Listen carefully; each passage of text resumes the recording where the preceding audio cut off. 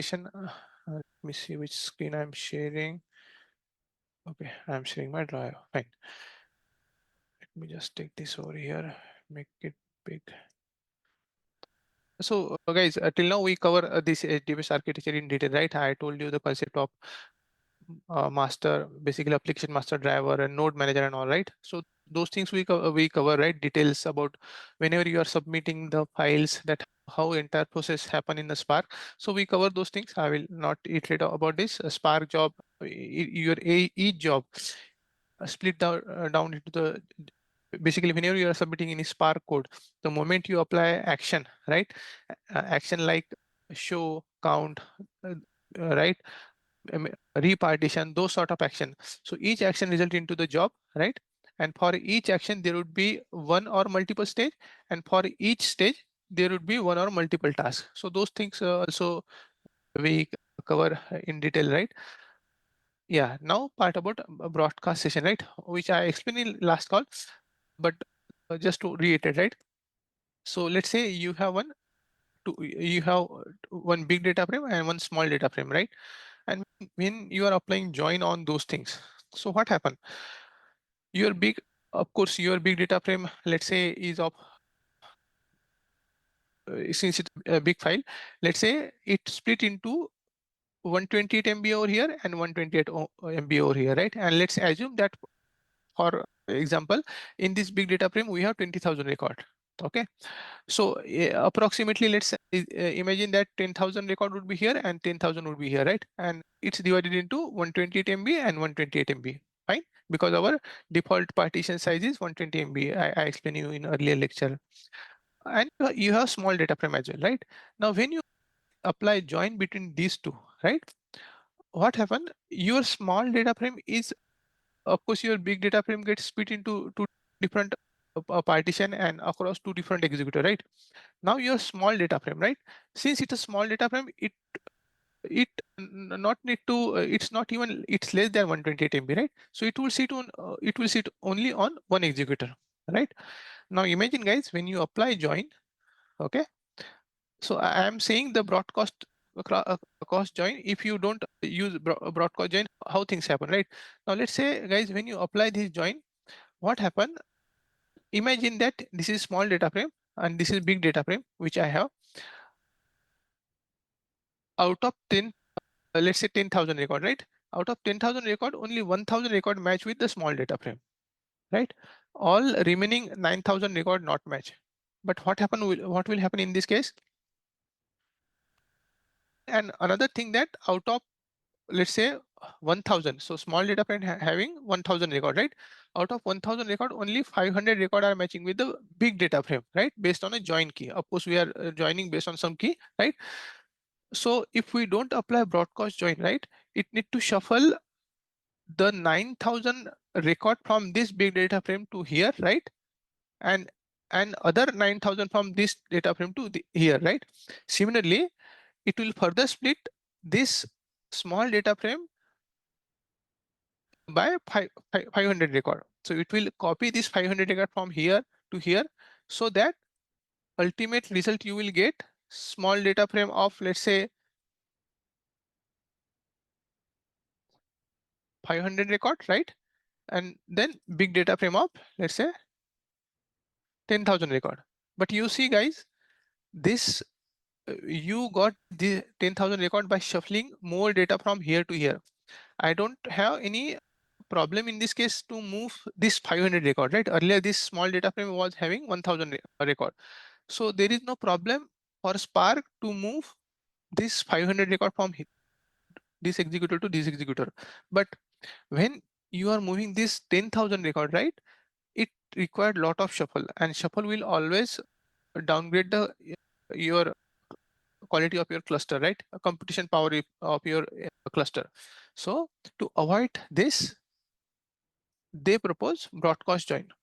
What broadcast join do?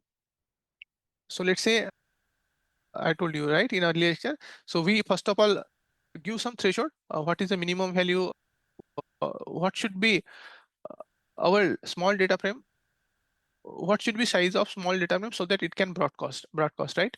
So let's say I can give any value over here. Let's say I give the 1 MB or 10 MB, whatever, based on my configuration, right? Based on my cluster capacity. So let's say I give that value, right? Let's say 1 MB, for example. This is in term of byte, but yeah. So once you give this value, what happened, right? You have one big DF and one small data frame. The moment you apply join between employee DF with the project DF based on this broadcast join, right? What will happen? Your small data frame will get moved to all the executor, right? And you see now you don't need to do any shuffle, right? Because there might be, in this case you don't need to do any shuffle because all the keys which are required for to join, right, they are already available in this two data set, right? So this is how broadcast join help you to avoid the shuffle, guys. So that's what we call, right? So let's say one of the interview question, right? So if you are you're processing some data, right, and you have one big data frame and one small, then best option would be to broadcast that small data frame across all the executors, right? So when I'm saying where this small data frame will lies in, then it would sit in executor memory, right? And now join is very simple, right? Because whatever join I need to do, because small data frame have all the, let's say, some key, let's say 1000 key, right? And I might have here 1000, sorry, 10,000 record to join. I I know that all the things that I need to join will be available over here, right? So this is how, guys, and no shuffling would happen between the executor, right?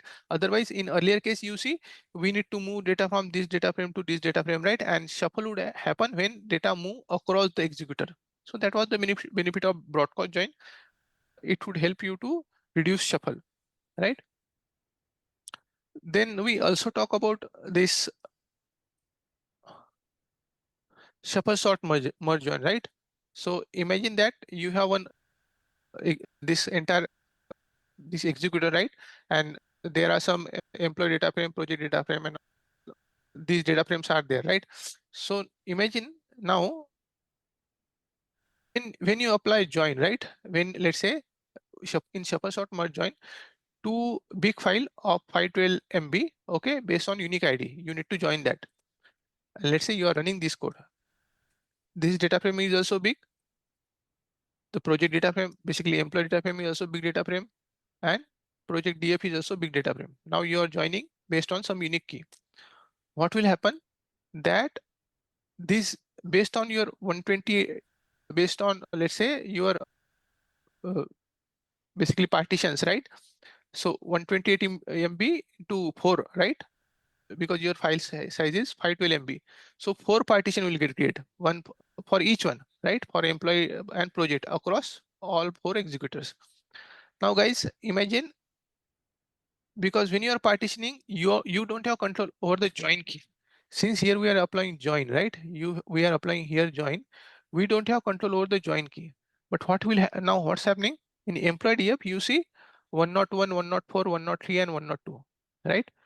And I need to join with this project DM. But in project DF, I got 109, 107, and 200. How I can join, right? I cannot join. So in this case, Spark need to shuffle this entire data from here to, let's say, here, right? It will move this all data from here to here. And then similarly, this example in employee DF, we have 10, let's say 109, 107, and 200, right? So where are the matching record for this based on join key? Basically employee ID, it's here, right? So it will also shuffle this data over here. So you see there is lots of shuffling happen. And when this shuffle happen, of course it would, so if you have two data frame, shuffle would happen. You cannot control, okay, you will not make any shuffle. If the two data frame are huge enough, shuffle would happen. But what this join help, shuffle sort merge join, right? It shuffle data, but after shuffling, you see it sort your data. Okay. The main importance of shuffle sort merge join, you cannot avoid shuffle. Shuffle would happen, but when it do shuffle, it sort this data, right? So you see my, if I just talk about these things to make this clear, right? my data is shuffled, but now it's in sorted way, right? So what it do, currently it's not in sorted way, but what it do internally, it will sort all these record. One not, let's say 4, let me move to the last, right? 103, and this Spark handler automatically, it will sort your data, post shuffle, it will sort your data, and here as well, right? 103, 101, okay. Now guys, after sorting, this join is very easy, right? It will just match 101 with this 101, 102 with this 102, right? So shuffle, sort, merge, join cannot avoid shuffle. Of course, it will do shuffle, but with the help of sorting, it would merge your data quickly and you can get the result of join quickly by that way. So that's the importance of shuffle, sort, merge, join, guys, right? So that's what, because these some joins are important in Spark, so we should have knowledge on this as well, right? Now, okay, we covered these things. Another thing we cover in last call, right? Okay, this also part we talk, right? The YAN and HDFS based architecture. So I told you, right? The entire this part is nothing but your this architecture. Whatever I was explaining, I have explained in detail, right? So entire this architecture, whatever you are seeing,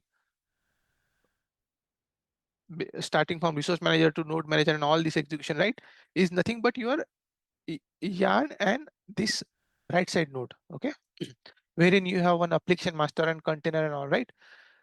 So basically yarn and HDFS architecture talk in terms of distributed computing and distributed storage.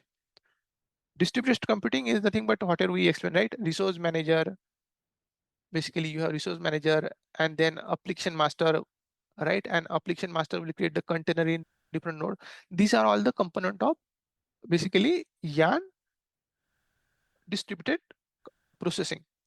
But of course you will process data only if you have some file uploaded, right? And if your processing is distributed, your data also should be distributed in nature. So when you are uploading file, whenever you are uploading file, that file with the help of HDFS, whenever you are submitting your file, right? Let's say you upload 5 GB of file, with the help of HDFS name node and passive name node, I explained this architecture in earlier call. It will split that data into 128 MB and move and store that data in term of data block across all different node and VMs, right? And it also do data replication and all, so that whatever data that you are uploading, let's say if you are uploading data, your name node is uploading same data block over here and here, right? But in case your one of the node get down, this worker get down, then you still should have your data available. So that's the job of this basically HDFS and this name node based architecture, right? So this is what we talk in detail in earlier lecture. And yeah, memory management, Spark memory management. So whenever you are submitting any job, right, guys, let's say you submit job. Earlier I told you, right, whenever you are submitting job in this big diagram, if you see, whenever you submit your job, let's say you ask executor memory of 10 GB, right? For example, right? And then it create one container over here, 10 GB executor memory, right? This is a JVM process container with the 10 GB executor memory. Similarly, in this case, right? Whenever you are submitting any job, now in this case, let's say I give executor memory of 8 GB only. So how this 8 GB memory work at a, how we get this 8 GB memory, right? In each container, Spark divide this 8 GB memory into 3 parts: reserved memory, Spark memory pool, and user memory. Reserved memory we cannot use. It's allocated to the Spark engine. User memory is something that whenever you do IDD sort of operation, right? Or UDF and other thing, right? That time you use user defined user memory, right? In that cases, what is this IDD lineage, guys? I told you, right? Whenever you are submitting, let's say you perform one action, one transformation. On top of that, you apply another transformation. Let's say you first do group by, then aggregate, right? Unless until you do any show or any action, right? Any action. Till that time, Spark create a DAG and lineage, right? That lineage and all this, for to do that, it needs some memory. So that memory is user memory, right? So you are now 8 GB of memory divided into three part. 300 you cannot use, right? And left 7,700 memory is divided into further two part, right? With the ratio of 60% plus 40%. So this 7700, 60% come as a 4620, right? Only this much memory you can use, and 40% you cannot use because it's allocated to IDD, lineage, and UDF and other things. Now, guys, in this 4620 MB of memory, also you have storage memory and executor memory. So what exactly it is? It's just like 4620 you divided by 2, right? And you are getting these two basically a component, right? Whenever you are running your job, right? The computation, let's say you are doing some transformation and action, that is execution process. Spark use, while doing that execution process, Spark use this memory 2310. But let's say you are doing some cache operation, data frame dot cache. That time Spark use this memory. Now it may be possible that you in your code you not apply the cache, so Spark can occupy this memory as well. So it can completely use entire 4620, and then once execution finish, it then again left place for storage memory. So that these two component handle uh, by syncing with each other. So it based on your execution. If you are not doing any caching operation or anything, Spark can use this entire 4620, right? Right. And once execution done, then it again revert back to this one, right? Now on this executor, guys, okay, now okay, you told that, okay, we got that, okay, we are getting this much of memory 2310. Now in 2310 as well, how many cores we ask? We ask 4 cores, right? 4 cores. So in this 2310, okay, 2310, for example, let's say 2310 divided by 4. So that much amount of memory will get to each core when you are executing your job, right? But if let's say you don't have any storage operation, then your each core will use 4620 divided, sorry, 4620 divided by 4, right? So that much memory each core will get, right? But one more thing, now whenever let's say core work on one partition, but let's say you have only two partition, right? Let's say what are the file that you are trying to process, it have only two partition in this executor, then Spark will not launch all 4 core, right? Spark will launch only 2 core for these two partitions. So right, so your entire memory now, let's say, divided into, will get split into 4620 divided by 2, right? It's now it's completely the way Spark handle in memory management, guys. So that these are the important thing that you need to cover. We talk in detail in early lecture, so I hope this clear to you. While I'm explaining, if anything is not clear, you can interrupt me, not an issue, right? And imagine, let's say you have let's say 4 partition, then of course Spark will occupy all this core. Spark will use its all core, right? Divided by, let's say I don't have any storage operation, so Spark will use 4620 divided by 4, and each core will now use that much of memory to process and transform that partition. So this is how this guys Spark memory management happen internally.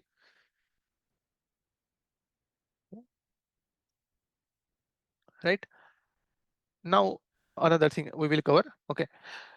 Now guys, see, I think it's also important to talk on repartition, right? So whenever you are doing transformation and all, right, the repartition is one of the critical thing. So what happened? What is the purpose of repartition? See, I can directly go and show on. ID, okay, repartition to this and all, but maybe that may not be helpful. So guys, imagine that you are submitting one Spark job, okay? Okay. So what is the purpose of repartition? First of all, we need to understand why we are doing repartitioning. So let's say I am submitting one Spark job with the executor core of 8. I mentioned that in each I need a 4 executor memory 10 GB and I need executor core as of 8, right? So in each executor, I need 8 core. Now guys, I'm submitting one spark.read command, this command, right?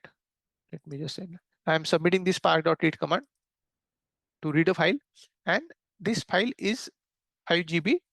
So accordingly, if I, with the help of let's say 128 MB default, if I take, then it will use 40 partition, but right, 40 partitions, right? But you see guys, how many core I have, how many executor I ask, 4 executor I ask, right? So that's why I got the 4 executor over here, 1, 2, 3, 4. In each executor, how many cores I have? 8 core. So 8 for the 32, right? But how many partitions I have? 40. So you see guys, I have 40 partitions, but I have only 32 cores. Cores is nothing but the thread which run on that particular partitions. So don't you think that when I'm processing that data, the way I explained, right? First, Spark will read 32 partitions, process it, but other 8 partition will be in queue, right? Other 8 partition will be in queue, and once those 8 partition finish, then only, sorry, when this 32 partition get finished, then only it will pull up this 8 partition to process, right? But it's not, I would say, parallelism, right? Because we are unnecessarily stop basically queuing some partition, right? We are not processing all the partition in one go. So what is the best way to do this? When you are writing spark.read. Right, the same command, you just repartition it with the 40. Now what will happen? Spark will create the 40 partition from this particular CSV file, whatever you are reading, right? The CSV file, whatever you are reading, Spark will create the 40 partition, right? And now this 40 partition you can process as you have now in a right memory. So this is how guys this partition and things, all these things would work, right? Let me just show you one thing, one partition. Should put this.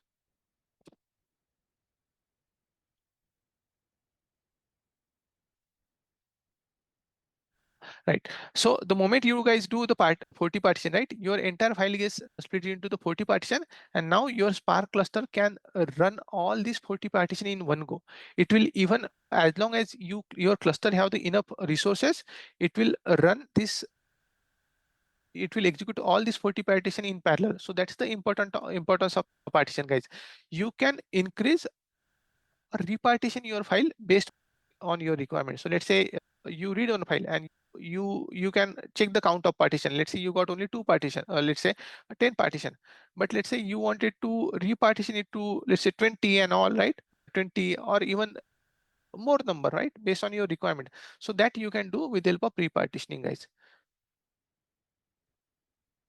Right, so that's just I wanted to talk about. This repartition is one of the important method, and how you will do the any out.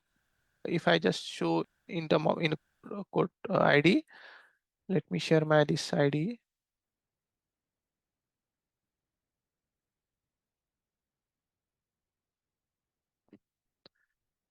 So to repartition anything, it just like, okay, you, let's say, imagine you have one data frame, right? Very simple. I will not use this thing. So let's say I load any data frame, customer data frame, right? And to repartition, just I need to call repartition, and how many repartition I want, right? This is how guys you should do repartitioning of your data. So repartition is important thing when you wanted to achieve the parallelism, right? Number of number of partition you make. If you have the right cores available, then yes, you can execute all these cores on those repartition data. Okay. Now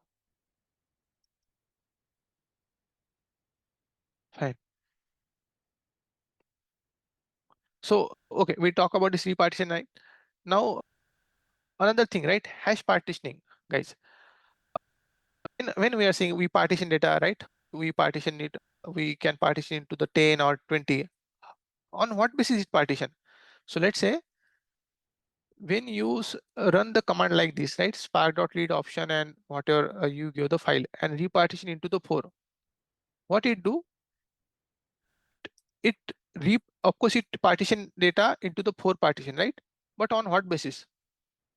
It use hash partitioning. What is the meaning of that? Each record it's reading, right? It apply hash function on it.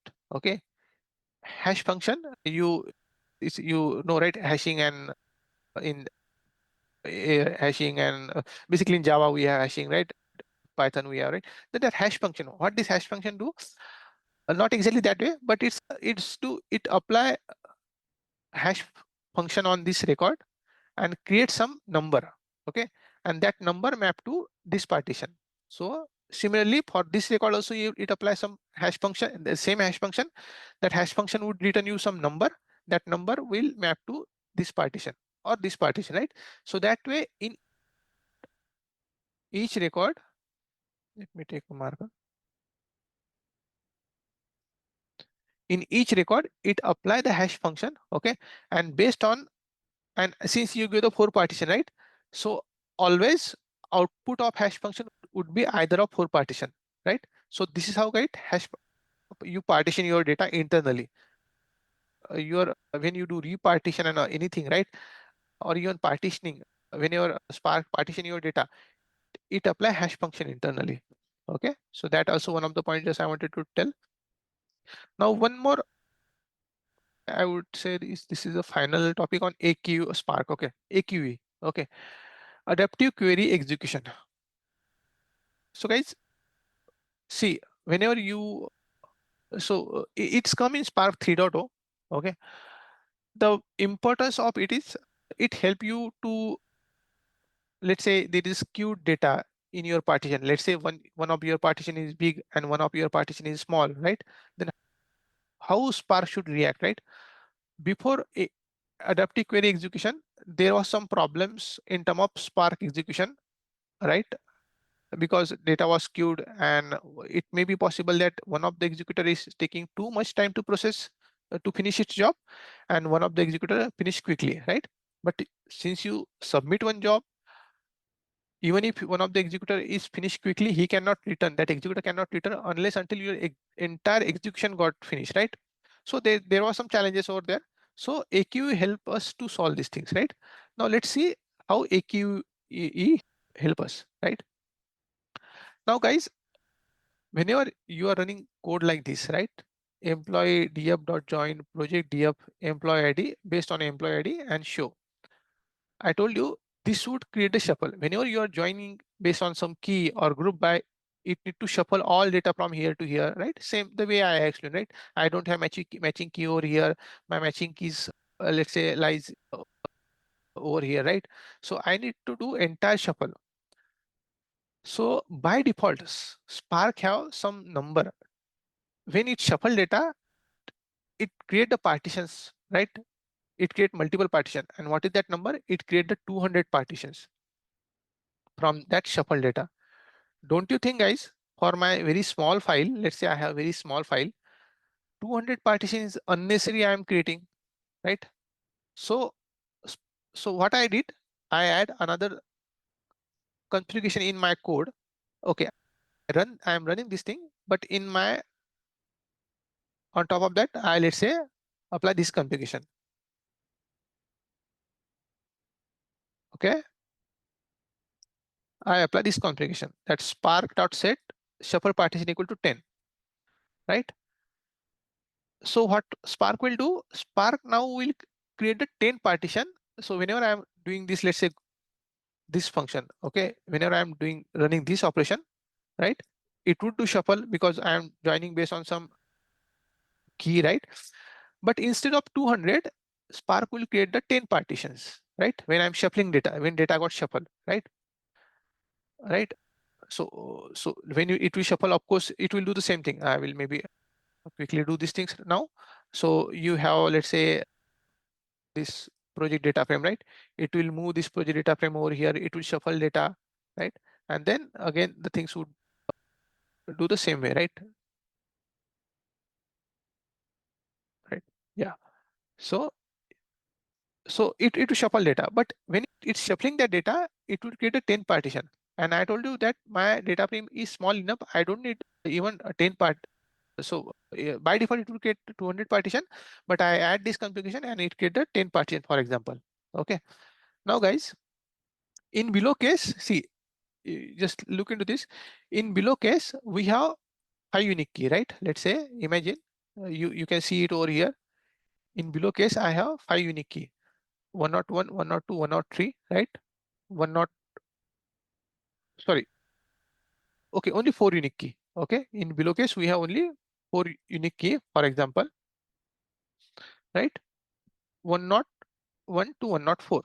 Okay, which mean maximum, because see, partition are based on some unique key, right? The record, right? I told you partition are based on partition get it apply hash function on particular row, right? So let's say it apply hash function on your row, and let's say you have employee ID is let's say unique there, right? So it will apply hash function on there on top of that, and it will since you have only 4 unique key, it will get the 4 partitions. Okay, right? So in below case we have 4 unique key, which means maximum 4 partition we will get create, and after join and shuffle, right? Of course, after join and shuffle, you will get a 4 partition. However, if you see, we requested 10 partition. Don't you think this is also bad that I need, ideally, I should be getting only 4 partition, but I have configured that I need 10 partitions. So what's happening in this case? Leading, so other 6 partition would be empty. So Spark will create the 10 entire 10 partition because you ask 10 partition, Spark will create, out of which only 4 partition will be having data because I have only 4 unique key, 101, 102, 103, 104, right? And on that part of on top of that, it just create the 4 partition, 1, 2, 3, and 4, right? But you see that 4 partition is also not so. But I asked 10 partition, right? So this is also not good that way, right? So what happened without AQE, right? Without AQE, you earlier you need to decide how many partition you want post shuffle. But as a developer, how you can know you have GBs of data, how you can know how many unique key you have and how much partition it would get create post shuffle?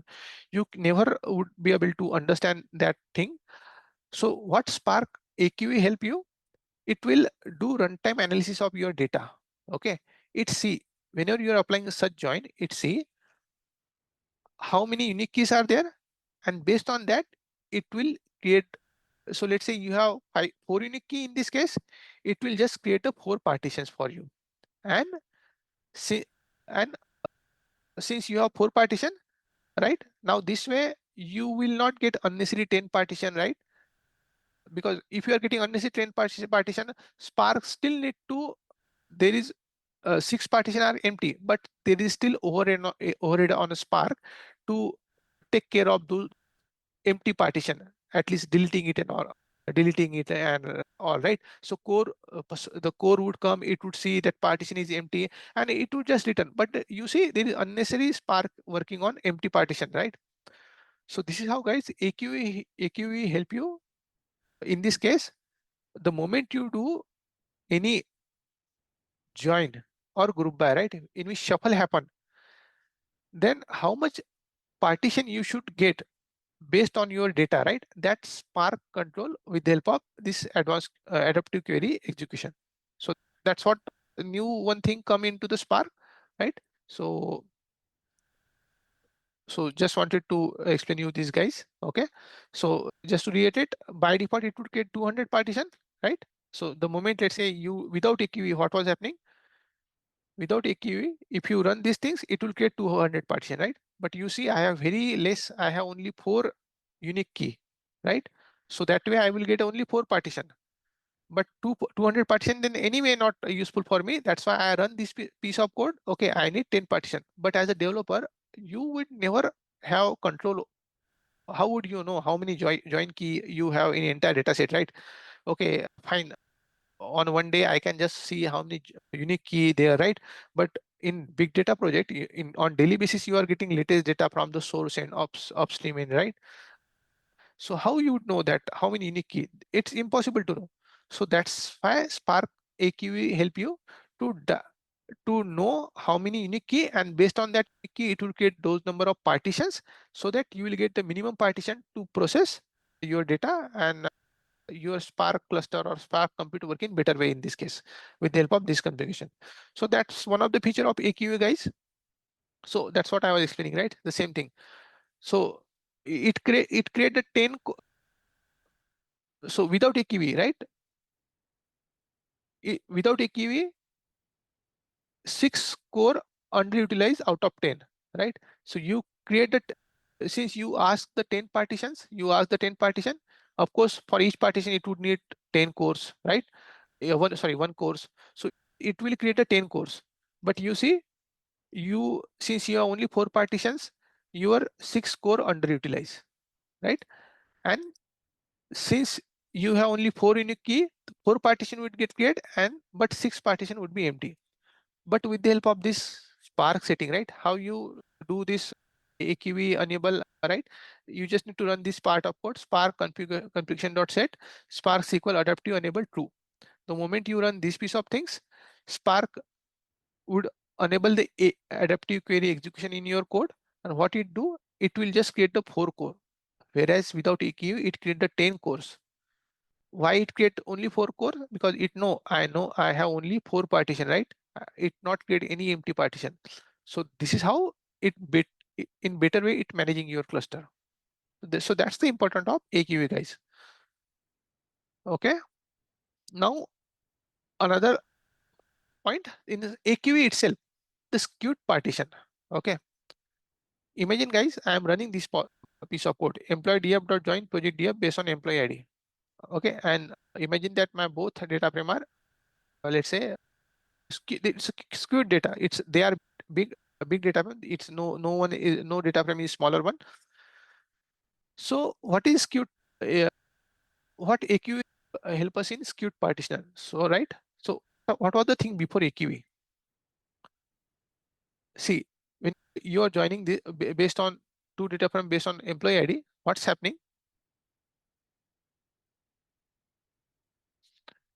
Imagine that, see, employee data frame you have, and then project data frame you have, right? Then this these are the data frame I just mentioned over here with some data over here, right? Now, guys, here you see, of course, you since you are joining based on some unique key, and you cannot join employee with the project because there is no matching record. So of course, it would do data shuffling. So what it will do, data shuffling, like project data frame will go over here, employee data frame would go over here, for example. Okay, let me just correct these things. I also need to move this thing over here. Okay, right. Let me just move it. So it moves, it shuffle data, right?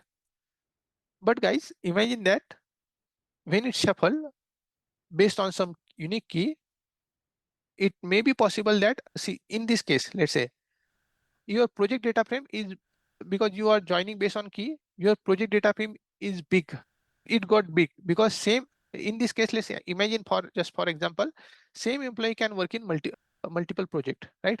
So you see 101 is working on data lake migration, plus 101 is also working on data governance, right? Similarly, 102 would work on, is working on HR automation, and he is also working on HR payroll as well, right? So here as well, guys, whenever you are doing shuffle, it will, you see 104, there is no match. So it will move this data from here to some other, let's say, location, right? Maybe here and there, but we will just keep for now. So there is no matching for this, right? So when it do shuffle, it just keep the matching record. But since, guys, our project data frame is now big enough, right? How it got big? Because the same employee is working on, let's say, multiple project. That's how I got data, right? Right. Now guys, when we join these two data frame, don't you see, right, what may happen that your employee data frame got small and your project data frame got big. Now what will happen when Spark run your entire execution? These execution would happen, let's say there is no issue in these two data frame are of equal size, these also are of equal size, and these as well, right? So they would run on time. But this data is skewed data, right? Your one data frame is big enough and another data frame is very small. So what AQE help, right? In this case, it what it do, it will see, and you have only one task, basically one code to run on this entire two things, right? This task would perform the join on these two data frame. So and in earlier case, you see you create 1, 2, 3, 4 tasks, right? Three tasks, task number 2, 3, and 4 would get finished quickly, but task number 1 will need more time because it have more data, right? So what AQE help you? AQE, you duplicate your employee data frame, right? It duplicate your employee data frame. Okay. Of course, it know that your executor have this much of memory, or it would even duplicate it to the any executor in which it have the memory, right? It duplicate your data frame, plus also it also split your project data frame as well, right? Whatever the big data frame you had, right? It split into half part, right? And now it also create one more task over here. Now you have task 1, 2, 3, 4, 5. In above case, you have only 4 tasks. So Spark AQE dynamically increase more tasks. It allocate the 2 tasks, plus it duplicate your employee data frame, and plus it split your project big data frame, right? And to each one, it allocate one new task, basically code to execute, right? And that's how now, since you got a one task for each this operation, you will be joining this data frame. Now you see both data frame are of equal size, right? Almost equal size. So now task would also run parallelly, and task 1 also would run parallelly, and that's how all your, though in executor, this executor, right, executor 1, you have more data to process, but since Spark dynamically create extra tasks to process the data, it would finish quickly. So that's the important of adaptive query execution. And how you should do these things, you just need to enable this configuration in your code. So if you go to the ID, right, and let's say your notebook or anything, right, these things you need to mark so that Spark can handle these things effectively, and you can get most out of your cluster. That's the only configuration you need to do.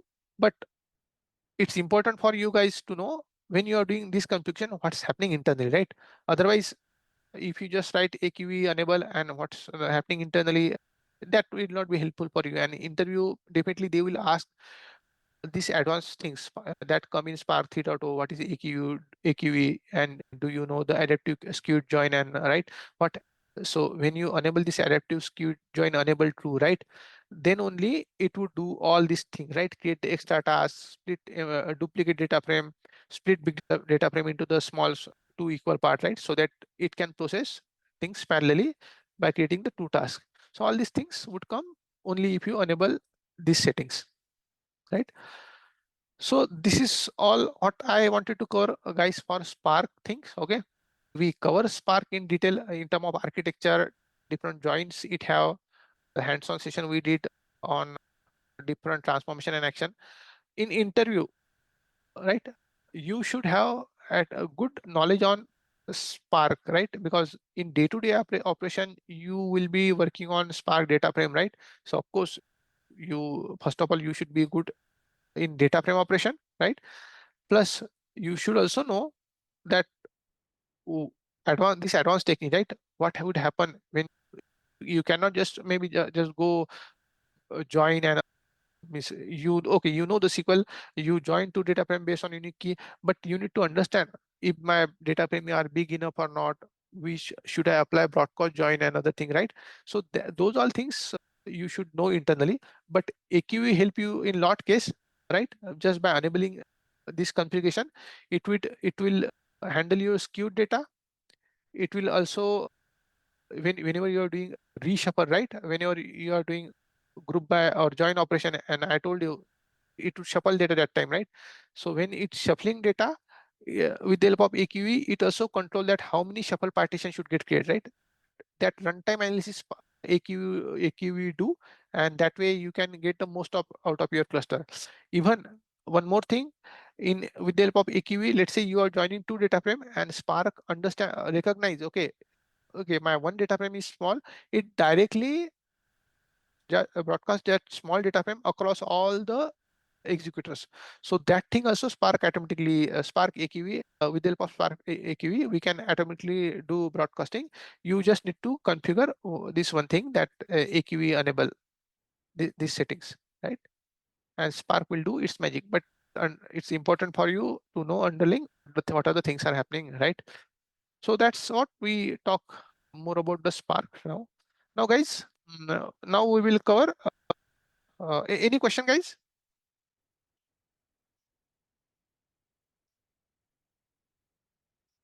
Okay. I think there's no question, and maybe I will move on now. AWS glue part. Okay.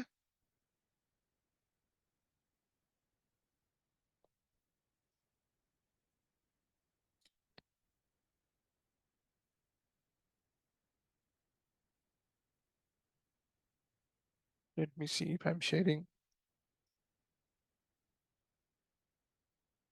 Okay.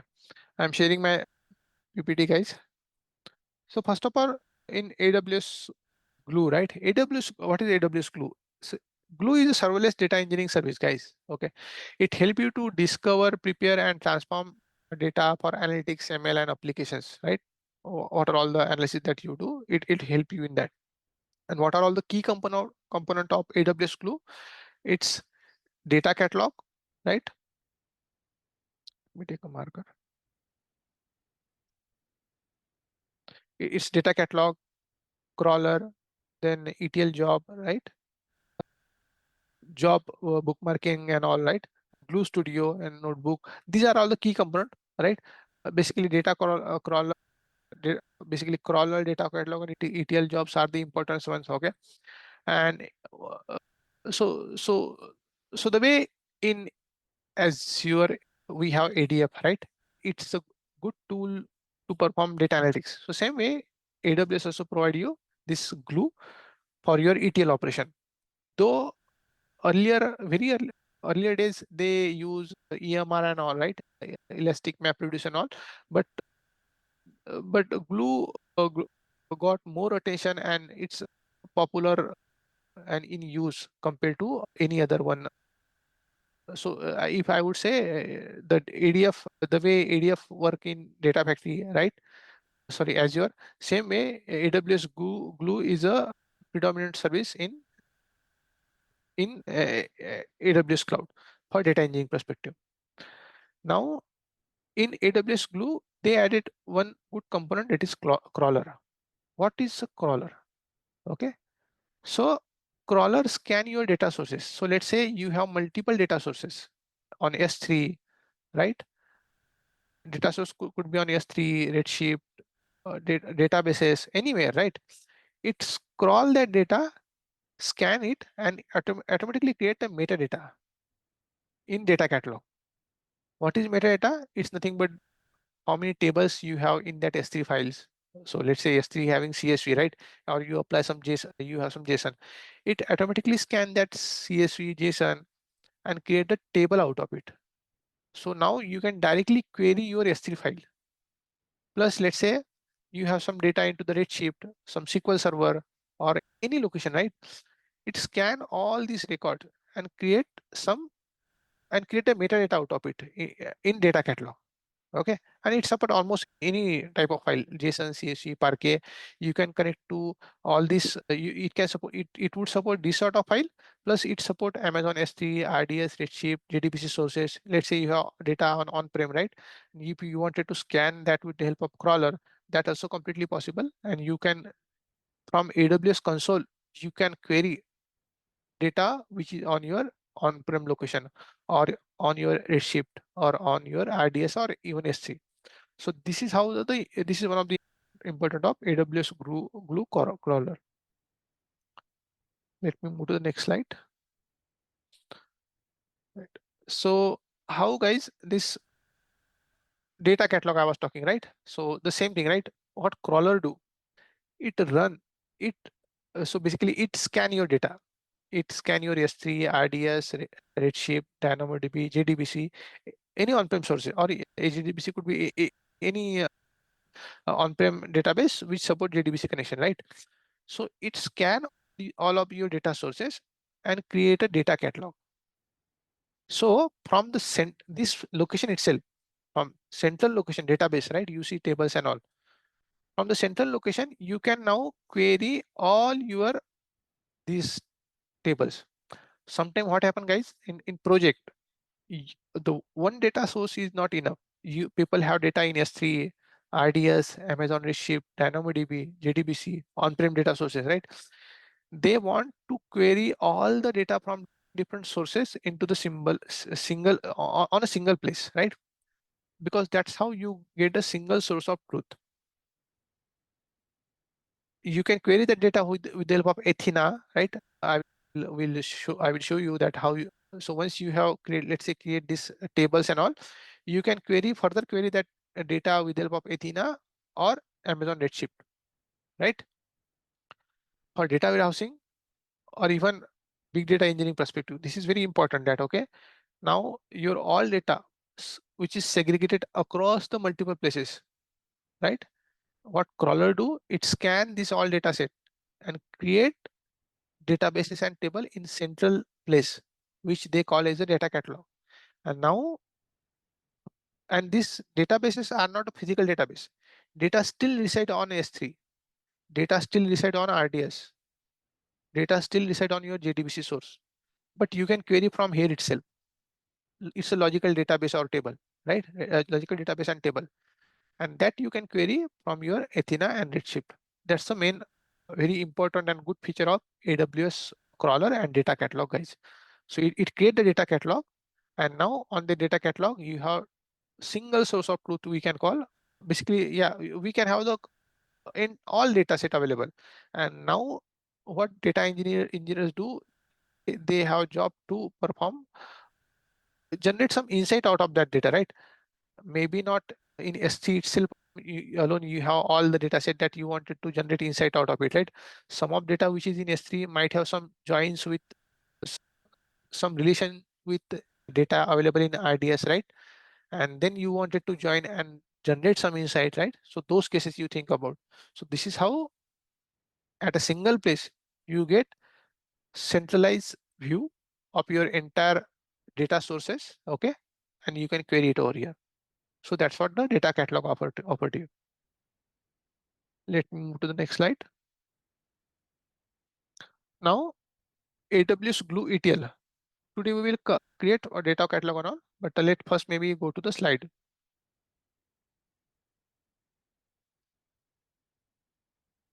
Okay.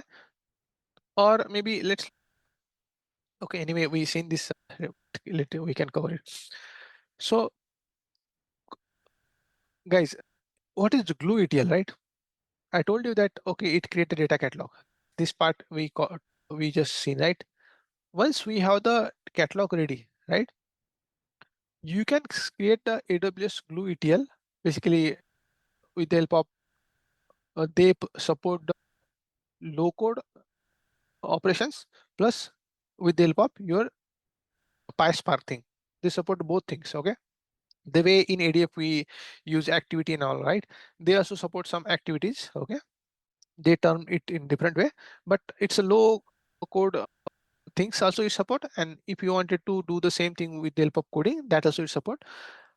What you can do with the help of script or this low code solution, you can query this data catalog. Plus you can also connect to some different sources, right? You can apply some transformation on top of that and load that data into some another target table. Okay. It could be, let's say you replace data source with, let's say, S3. You can connect to data catalog. You can connect to the any other location which is not even in data catalog, right? That also it can connect to, and it transform your data and load it into the target, right? So this is what. guys, AWS Glue, this is what AWS Glue ETL, guys. It help, you can write your piece of code using Python's, sorry, PySpark Scala, but it also support this activity as well. I will show you, right? So all these activity, right? Basically a transformation action, which we seen in earlier lecture, right? All these things you can do in the AWS Glue. Now, let me go to the AWS console, guys.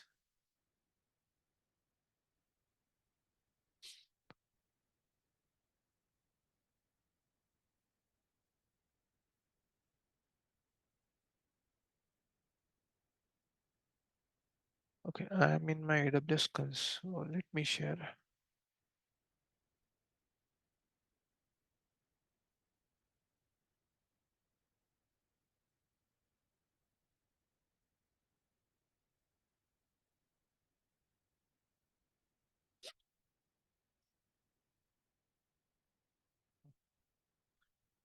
Okay, I'm sharing my, let me see if I'm sharing the right screen. Okay, I'm sharing AWS screen. So guys, I'm in my AWS console. Okay, so let's create one crawler today. We'll create some crawler. Okay, and to crawler, what's our use case? Okay, what we'll do, let me,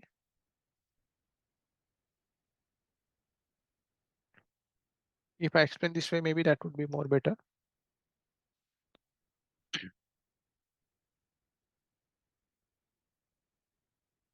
So imagine that, guys, I have some upstream system. Okay,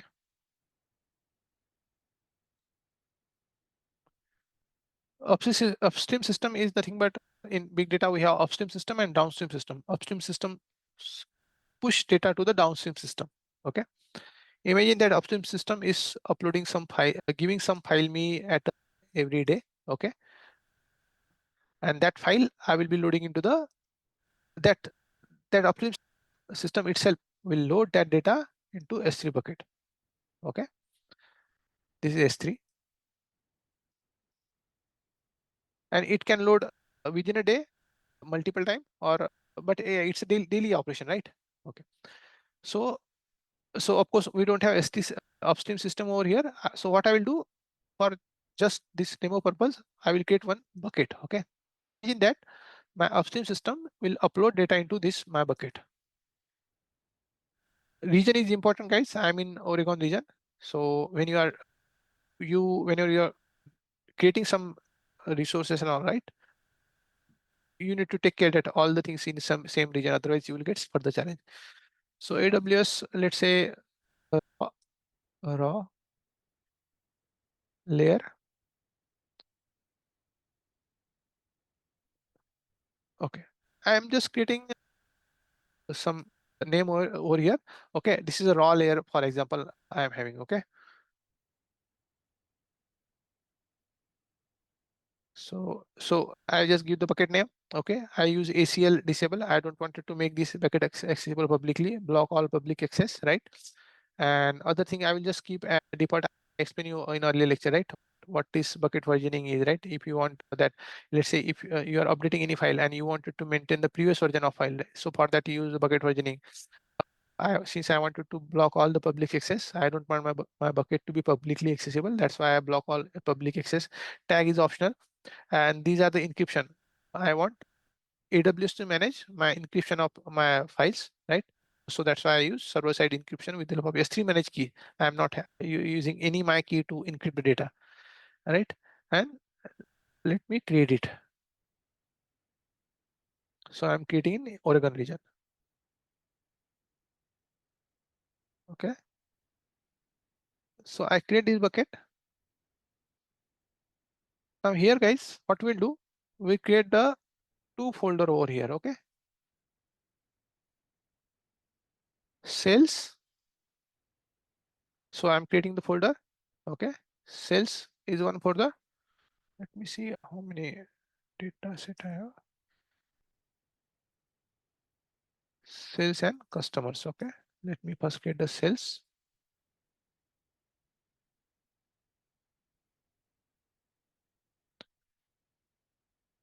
And let me create the another folder.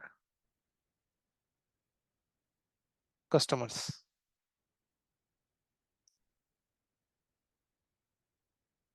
So in my raw layer, guys, imagine that upstream system is pushing data into these two folder that I have. I think so. I have customer one, one bucket over, basically folder over here in my S3, and one is sales. Now it's a job of upstream system to push data. It's called the push based mechanism. Okay. Upstream system will push data into the S3 into these two respective folder. It's a job of their upstream system to push data every time. Now, guys, currently I just uploaded that data for this demo purpose, but I create this folder. Now I will upload some files over here. But in actual project, let's say there would be some system which will uploading this data. So I will upload, add files.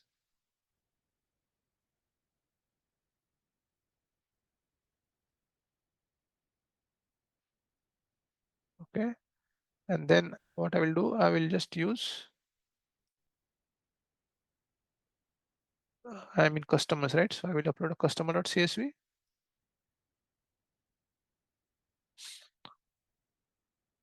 Upload, right? And now I will upload data into the sales as well.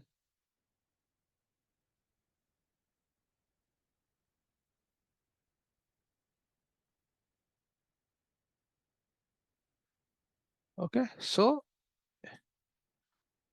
now I have customer and sales. If I just show you these files, guys,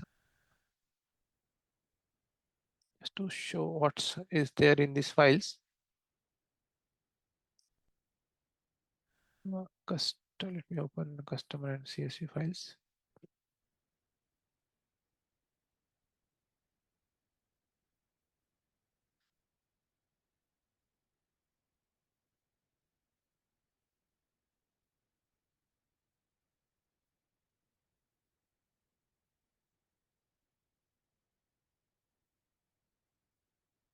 Just a second. Let me take that, check that right file. Okay, customer.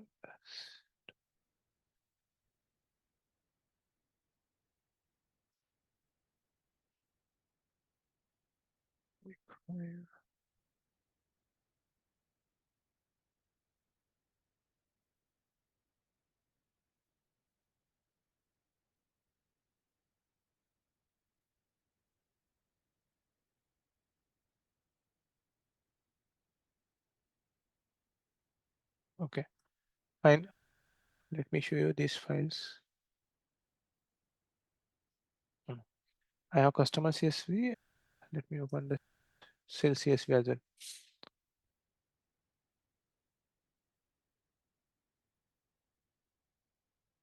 So you see, guys, if I think I'm sharing my notepad. Yeah, right. So I have customer CSV, right? It contains just customer ID, name, email ID, country. Okay. And sales CSV, in which I have some sales data, sales ID, which customer uh, uh, ID it belong to, right? And the product that it buy, and price, basically amount, right? And sales date. So what is unique between customer and sales is they have customer ID common in both cases. Okay. So this is my simple customer and sales data is over here, right? Now what I will do, I uploaded a customer and sales both. Now let's go to the next part.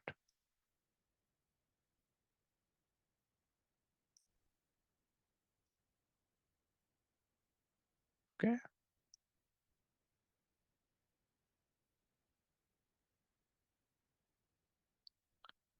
Sales data, custom. Okay, fine. Now guys, what we will do, we will create some crawler in this case.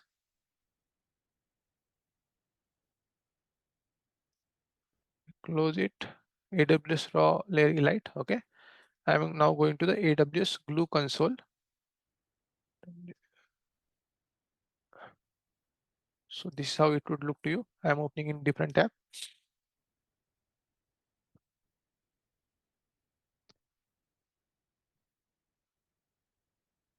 Make sure you are in the same region wherein, let's say I'm having now my region is Oregon.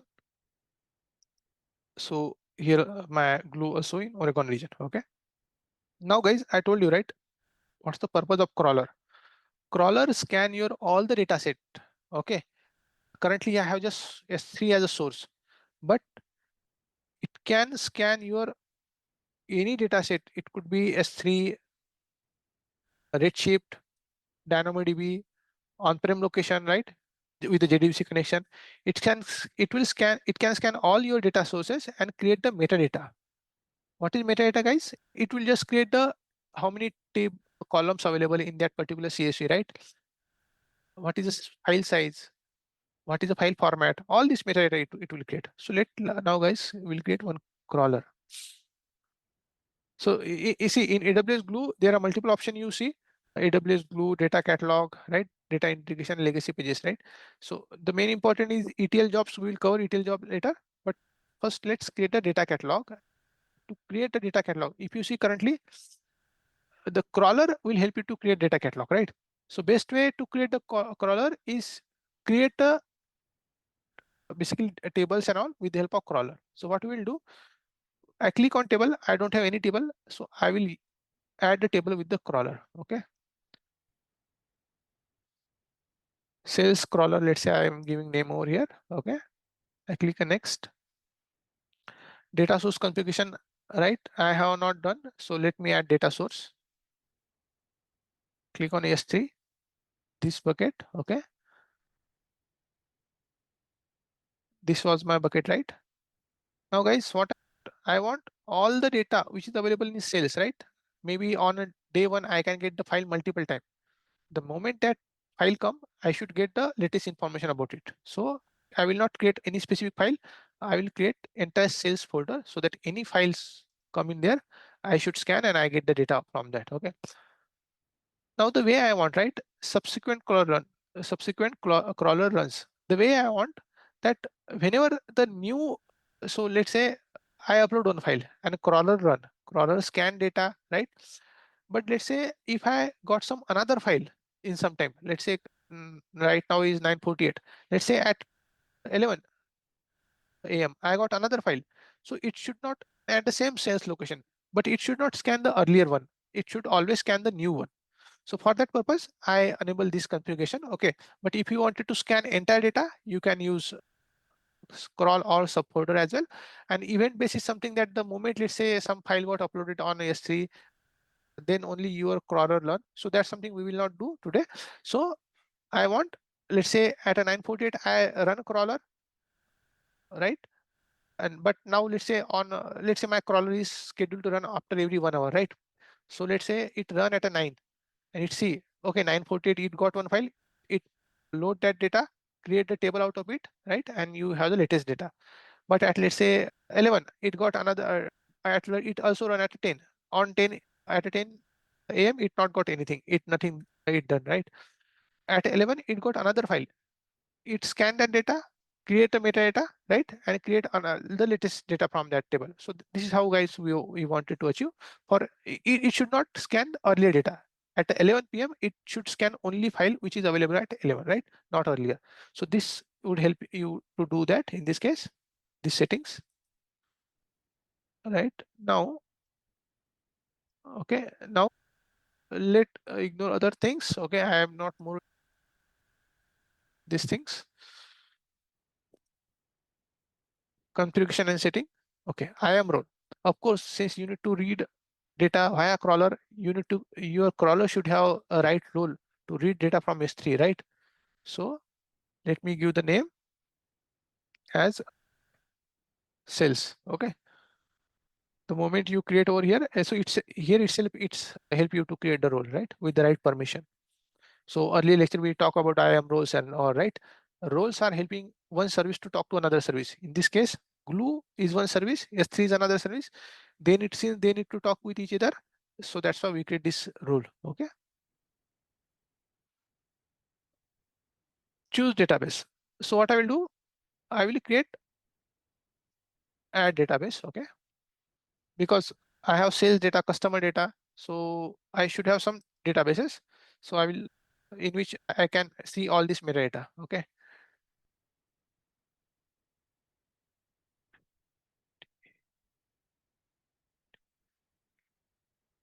Let's say daily fits is a database name that I have created. I'm getting daily data in this database from external systems. Okay. Upstream system. So I create this database. Okay. I have insight as well. Maybe I will just delete it. Unnecessary thing always we should delete, guys. Otherwise it would cost you. So let me delete right away itself. Okay. So daily feed is a database that I have. Okay. Fine. Now I am okay. So let me refresh in my earlier page.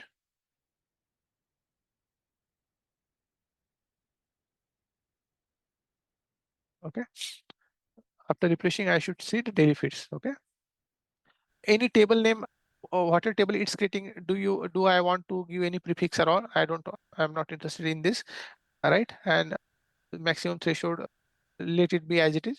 The crawler schedule, how I want currently on demand, but I was explaining you, right? Hourly, right? Every 1 hour it should run and scan data that you can do daily, weekly, monthly, whatever, right? But in our case, we will run on demand and then create a crawler. Now guys, we create the crawler. Let's run this crawler now. Let's see what it do, if it succeed or not. It show the crawler starting, and you can see in here it's in running state. Let's wait for some time.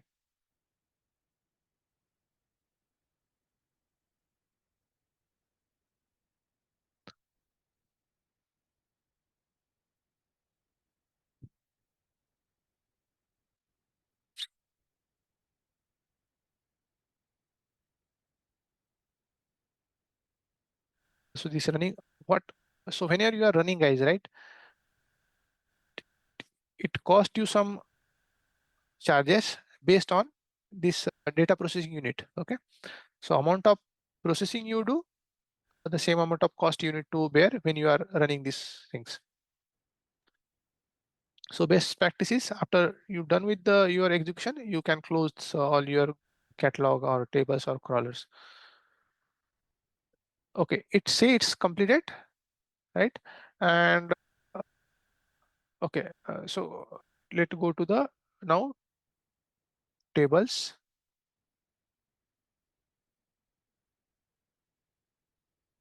You see, we got one sales table. Okay, and database is daily feed. Now, guys, I was in earlier slide I told show you, right? Let me share once again just to recollect that part.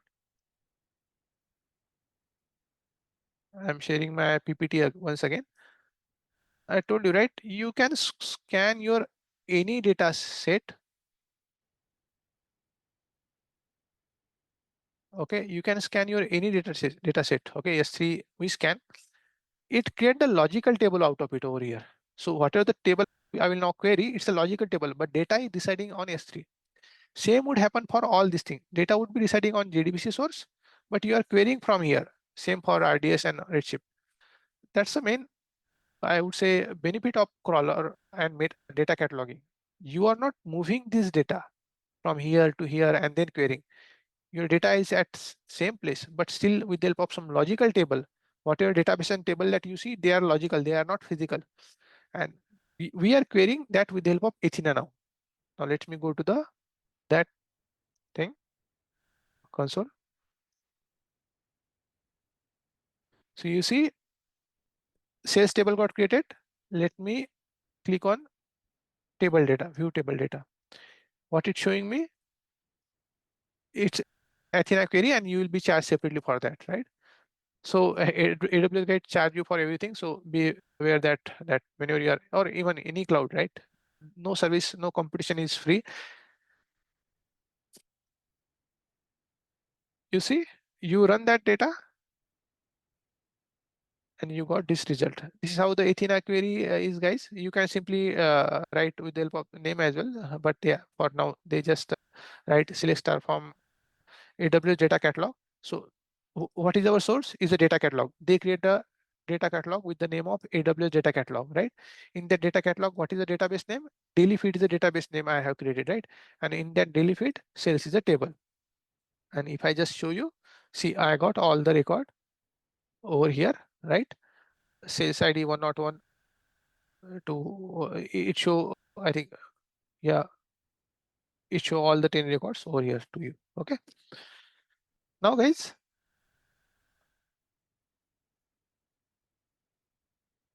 okay, no, I think in this case it just apply limit. Let me run without limit.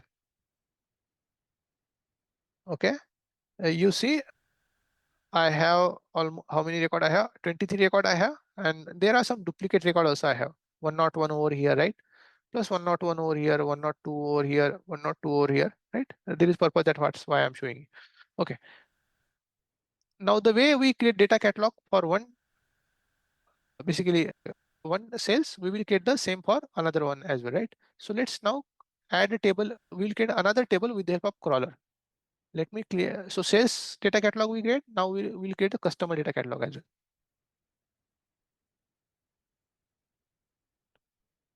Customers crawler. Okay. Same thing I will do, which I explained in while creating this one. I will click to my raw layer. Okay. Custom. I wanted to load all the data. It's not that I am trying to load only specific file. Okay. If there are many folder over there at a 9 p.m. job, it will scan all the things. Okay. And let's say if I run on a 10 p.m. with the help of this setting, it will scan only the things which not scan in 9 p.m. run, for example. Now I am running the customer one. Okay.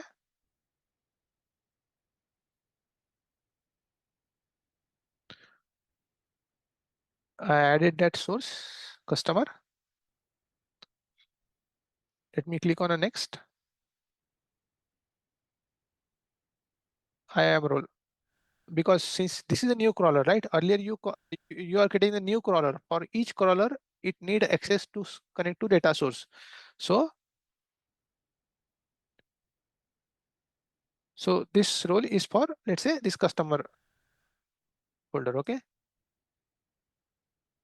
So since Glue is one service, S3 is another service, and in Glue itself, there is one crawler we created earlier.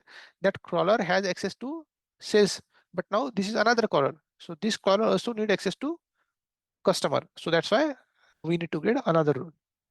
Okay, let other things be as it is. We don't care about it for this one. Okay, database. In see, I will not create another database. We know the database is single and there are multiple tables within database. So I will use the same database.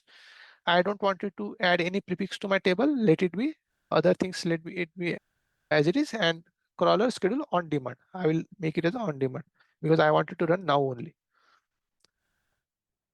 Right? Review and create. We create the crawler. Crawler got created, guys. Now we need to run. Since we are saying it's on demand, let me run it.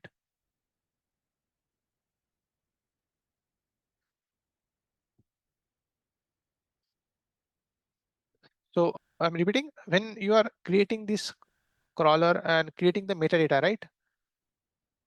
The benefit of it, guys, at a single place, you can see all the schema and related data. That's the main benefit that crawler get. And mostly in data governance and other things, right? Because in big organization, there are hundred of sources. Imagine, right? They might have hundred of data sources, and they have thousands of basically columns, right? Of course, in or uh, uh, in one database you have, let's say, 100 tables, right? And there are many columns. Similarly, for other database can be a SQL database, no SQL database, on-prem, right? If you at a single place, if you get a power to run a query on this entire organization data, you can generate very good insight out of that, right? Because generally the we not get a single source of truth. Truth is distributed across different sections. Okay, in NoSQL data you see the different truth, in SQL data you see the different truth. Okay, in the S3 file you have the different truth, but when you combine all the data into the single place, that time you see the single source of truth by running the query, doing some joins. Of course there will be some joins between this different table, and then you generate insight out from it. So that's the main I would say magic of crawler data catalog. So you see customer data. Now customer data also I can query same way. We are querying now this with the Athena query.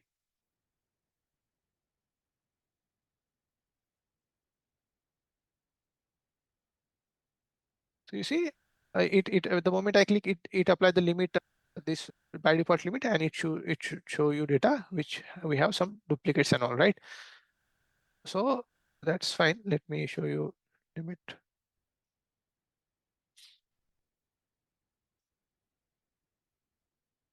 Run again.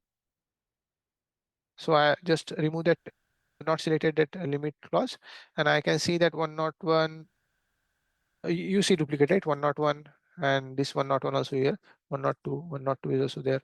So duplicate data is there. Okay. Now guys, we create a data catalog. We have two tables in actual project. Okay. You would see many files, basically many table. Currently our system is just loading data into the S3, but you can have data from, let's say, DynamoDB. Okay. I'm just giving you big picture, right? Or you can have data from, let's say, RDS. Sorry, what happened? You can have data from RDS, let's say.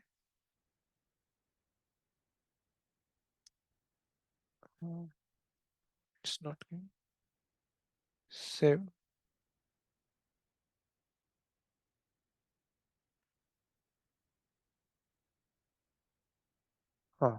It could be any databases, right? It could be your RDS database. Okay. It could be Redshift, anything, right? So from all these different sources, right? All these different sources, you can get these tables created over here. Currently, I have just customer and sales created from S3, but you can have n number of table created from DynamoDB and n number of table created from RDS, right? Now, on top of that data, you will be using some transformation, right?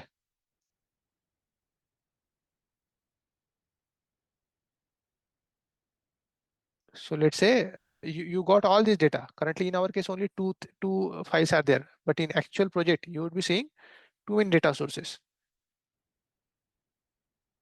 Okay. Now with the help of AWS Glue, we will process this data. In our case, only two table, but in actual project, you might have 100 tables, okay, coming from different source, okay, and you are querying. Basically, you can query that data with the help of Amazon Athena as well, which I just show, right? So let me just, okay. So what we did till now with the help of AWS Glue, we create the, if I do this way, guys, I thought maybe it would be more, you can understand better way what's the big picture is going on. Okay. Otherwise, sometime from the project perspective, you will be not clear. Okay. You will be not getting clear idea. So we scan all the data sources, for example, with the help of AWS Glue, and we create a data catalog. Okay.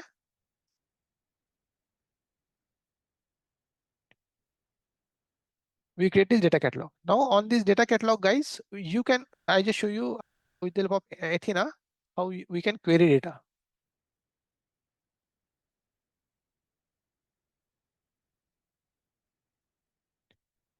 Okay.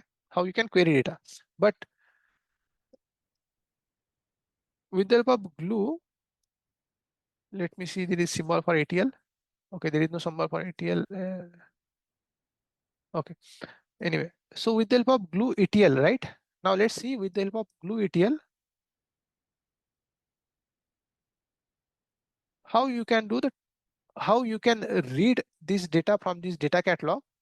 Okay. Now this data catalog, in our case, we just have one daily feed database, right? We have,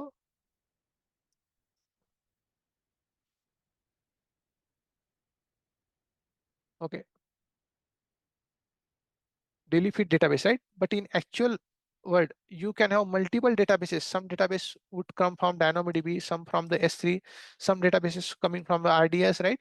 And all would sit with different name over here, right? And with the help of Athena, you can query, plus with the help of it glue ETL, let's see how you can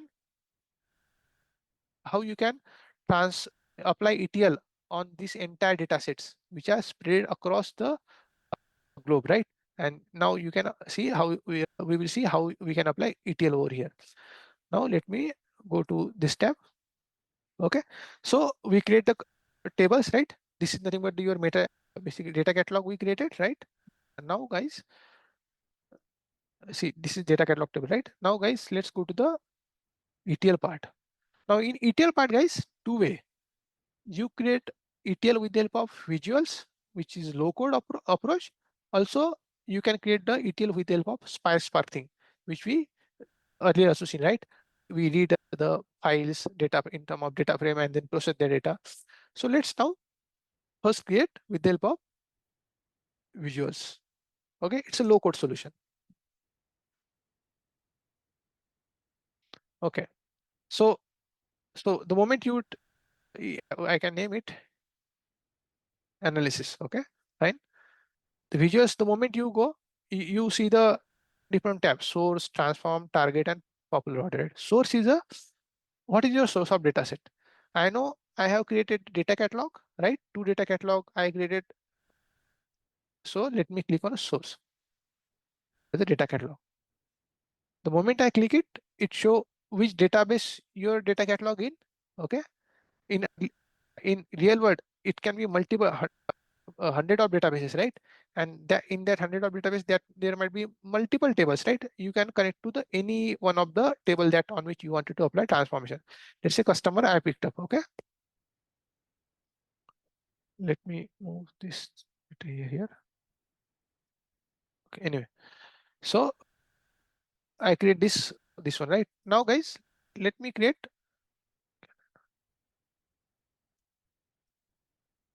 it's not moving, let me just,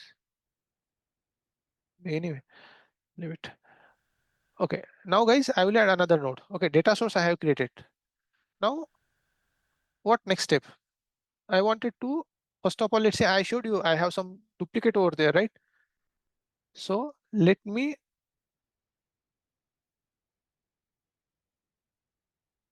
so there are multiple methods in transform. Okay, if you see in transform, we have multiple methods like join, SQL query, right? Aggregate, drop duplicate, filter, all the data frame operation that we did, entire things is available over here. In this case, you don't need to write the code, that this activity itself do its job, right? So currently I'm just doing drop duplicate. So drop duplicate. Where I wanted to apply drop duplicate on data catalog. The data catalog is where is pointing it to. Let me name as a customer catalog, right? Just to be clear. Okay. So customer data catalog, I applied a drop duplicate. How I wanted to, on what key? Okay, either I can match entire row, but let's say in this case I wanted to match specific key. Which key? Okay. I know that customer ID is a key which is having duplicate, right? I showed you 101, 102, right? So I use drop duplicate. Similarly, now I will get another data source. Basically, another source. The way I have customer, I also have the sales. Let me click on it. Sales catalog, right? Which database? This database. Which table? Sales table. I told you in real world you will be you can use, there could be multiple table and multiple database. That's the power of glue, right? Now on this, what you wanted to do, you also here also you wanted to do drop duplicate. Okay, you click on a drop duplicate, right? Now, after dropping duplicate, guys, I wanted to join these two data set. Okay, let me perform join. Okay, you see join got created over here, but I want join to be made on the drop duplicates, right? I'm dropping duplicate, and then let me see here also. I need to, so in the sales catalog, right? I will be mentioning on customer ID is a key on which basis if there is any duplicate in customer ID, you dropped it. Okay, and here also I did the same way, customer ID drop duplicate, right? But here you see I want join to apply on a drop duplicate, but it come out somewhere out, right? So how I should do the node parent, right?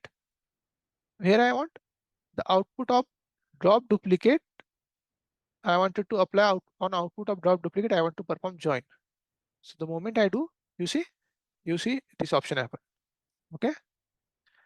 Now guys, the moment I click on this, you see this arrow, this symbol, it's trying to say you that, okay, what basically it's saying, you have some common column name in two basically files. Okay, let's say customer ID here also available, customer ID here also available.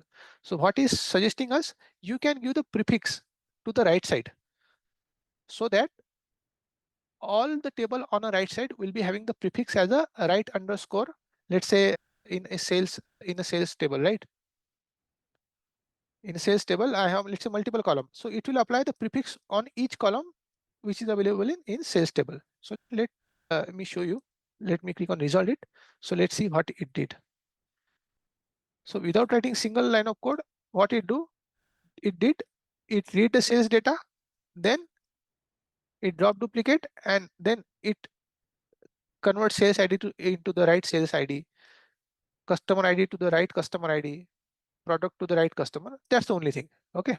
So we did this thing. Now, guys, we need to apply join. Okay. Now we have to basically the things ready, a drop duplicate ready. Okay. Now I wanted to apply join. Of course, I will applying join on some condition. Okay. On basis of customer ID, let's say I wanted to apply some join, right? Because I was saying, right, there is some common name in the file. That's why it apply the right prefix. So this customer ID with the help of right underscore customer ID. Okay. And after joining, guys, I just wanted to load data into the S3 bucket. Now for that, let me create another S3 for you and let me explain what exactly we are trying to do.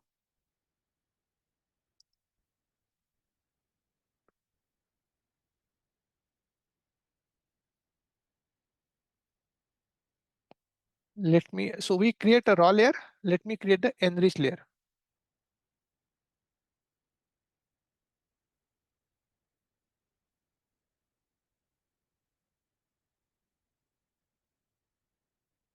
I create the enrich layer bucket. Okay. And other things I will just keep as it is. I will just maybe ACL disables. I wanted to block public access. Versioning is enabled. And then data encryption, I wanted to use AWS to manage data encryption. So I will create. Let's see if this bucket is available. Or someone might have taken this. Okay, that table name is that name is available for us, right? So what was the name? Enrich layer elite. Okay. What's happening over here, guys? Let me close these things. Okay. So from the raw, this was our raw layer. Okay. This was our raw layer. From the raw layer, we just, in this case, we just clean data, and that clean data, like let's say we remove the duplicate, we apply some basic joins, and now I am creating the enrich layer with the help of glue ETL. Okay, I am creating the enrich layer.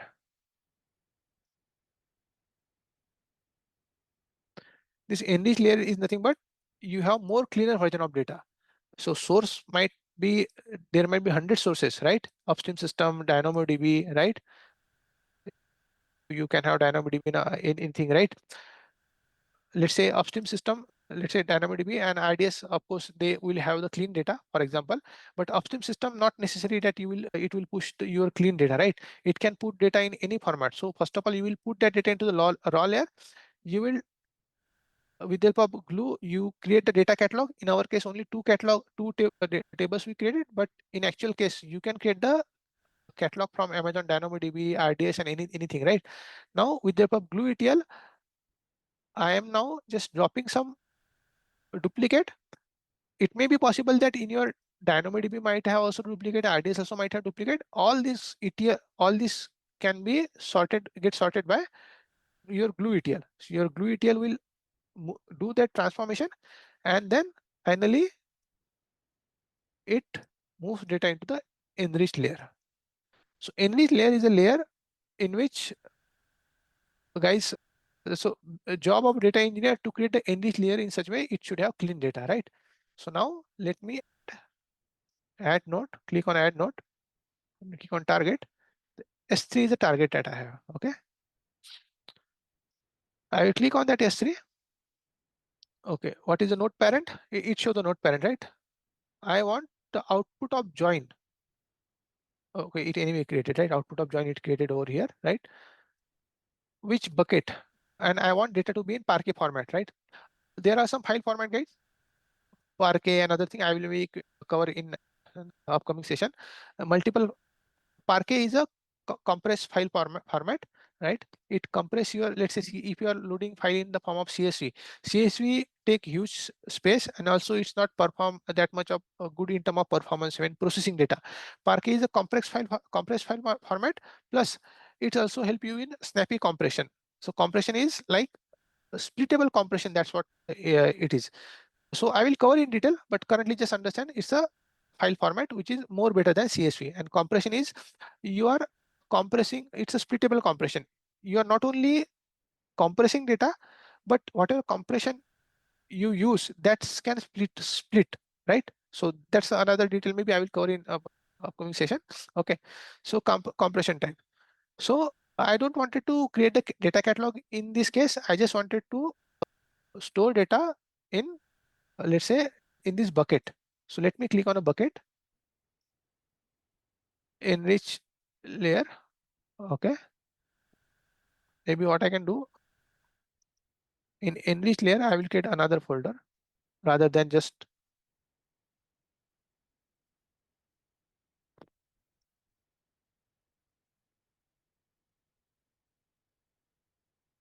okay. I just create another folder over in this enrich layer.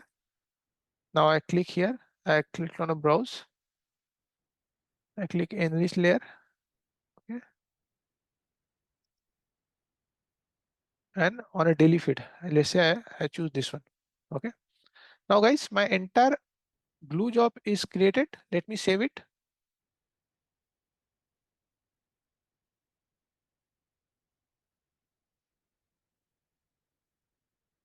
Okay.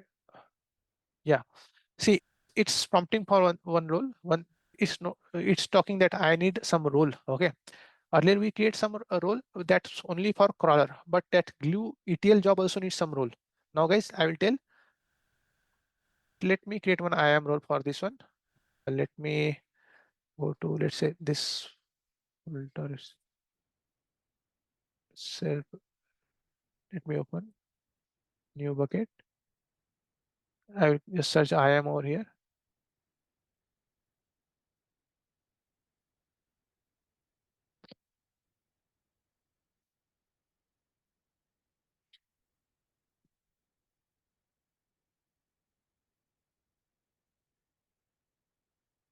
Okay. I'm creating one role. Okay. Create role. To which service I wanted to assign this role? Glue. Okay.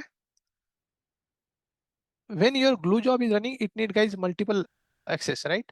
It need access to the CloudWatch, S3 bucket, and other things. So for simplicity, I will just use now administrator access. Okay. But in real world, you should be always be specific that which role you wanted to apply to. You shouldn't give the extra role, right? Glue.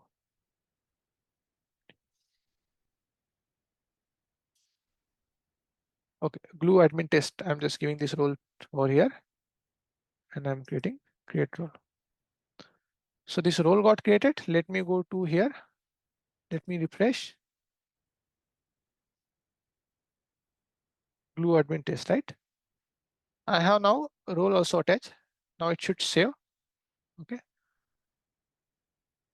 updating job. Okay, successfully updated job. Now guys, what we will do, this job we will run. Currently there is no run. Let me run it over here. It started the job. So guys, now imagine for today's date, I got some files. Okay, upstream system push some files into customer and sales with the help of glue catalog. I am trying to load into the enrich layer. Okay, and this is how in big data project you move data from one layer to another layer. It's called a Medellin architecture. You move, it's a very simple example I'm giving, but in real world, it is example is quite complicated, that you can have the plenty of sources at this side. Then not only one data source, it can be, sorry, not only having one tool, but it can be having multiple tool to process data like AWS Glue, Spark, and other thing, right? But for simplicity, we will use only one tool. And see, it's like guys, if your architecture is too complex, not necessary it's a too good design. Your architecture should be simple and effective, right? And easy to explain. Then only I would say it's a good design that way. Okay, now let me see if what is the status of run. It's failed or passed. It's still running.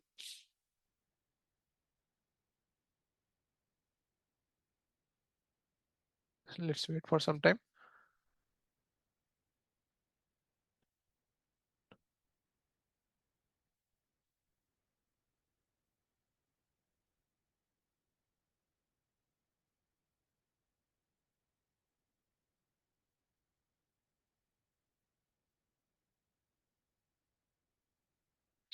So it succeeded. Okay, it take 10 DPU data processing units.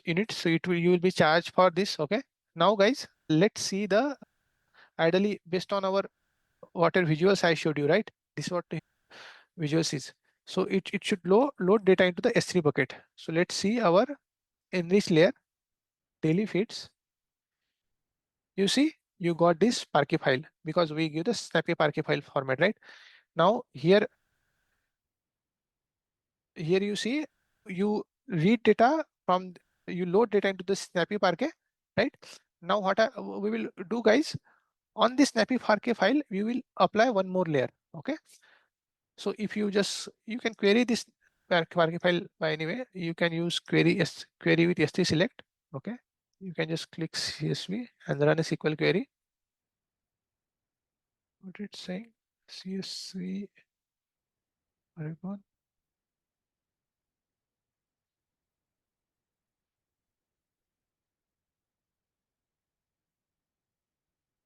Okay, maybe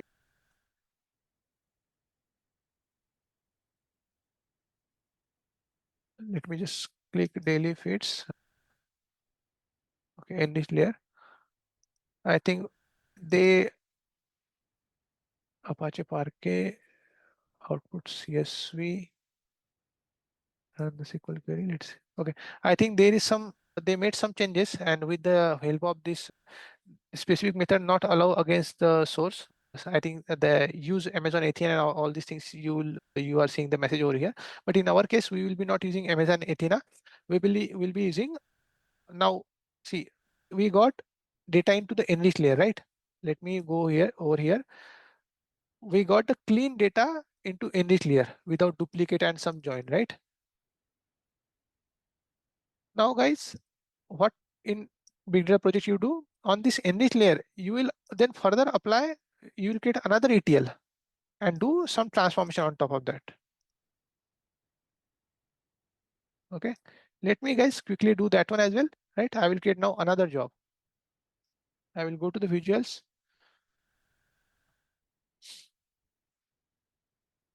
Okay, STL. Let me get another visuals. So now this time my source would be my enrich layer. Okay, I click S3 as a source. Okay, and then where is the location? Enrich layer, right? In enrich layer, let's say I will specific about this daily feeds I am having. Okay,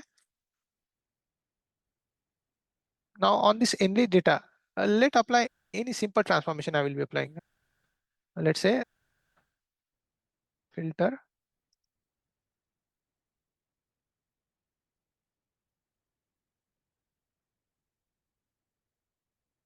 Let me give some name over here. Analysis is the name I am giving for this notebook. I am applying some filter. What filter I want to apply? The data that I have drop duplicate, right? And on that drop duplicate and I group data, what filter I wanted to apply? Let's see the filter condition. Okay. I want,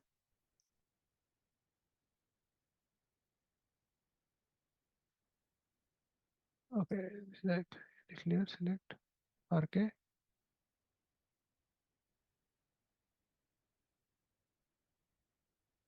Okay, yeah, it come. Fine. It wasn't coming previously. Maybe it was trying to load. Okay. So now guys, I want, let's say on amount. Okay. Let me see the amount part. What is the values are there for me in amounts? Okay. Amount, let's say I will use greater than 200. Okay. Or let's say 100, for example. Let me see if there are, okay, let's say there is one I can see. Choose key. Let's say the amount is the key that I wanted to apply. Right amount. Okay. Because that amount was available in the right data set, and that's why they convert it into the right amount, right? Operation greater than, let's say, for example, let's say I wanted to do some analysis wherein I wanted to do a calculation on only that data which is having some more cost, right? Let's say that is some hypothetical scenario we wanted to cover. Okay. And after filtering that data, guys, I wanted to then again load into the S3 layer. Okay.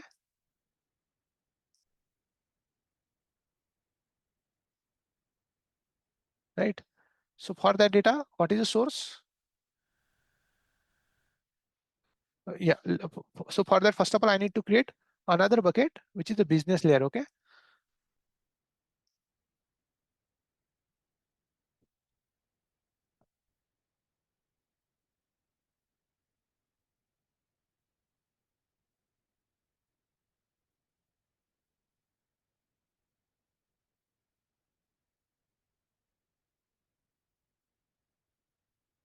So business layer elite I have created over here.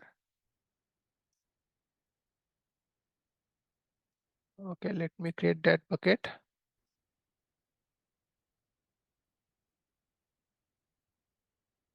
Right. And now let me go to the visuals. Let me browse business layer, right? Let this time I wanted to just load data into here itself. Format, I will use a, okay.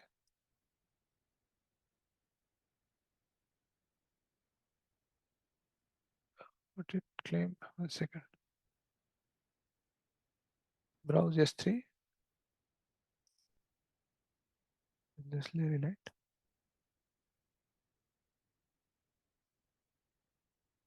Sorry.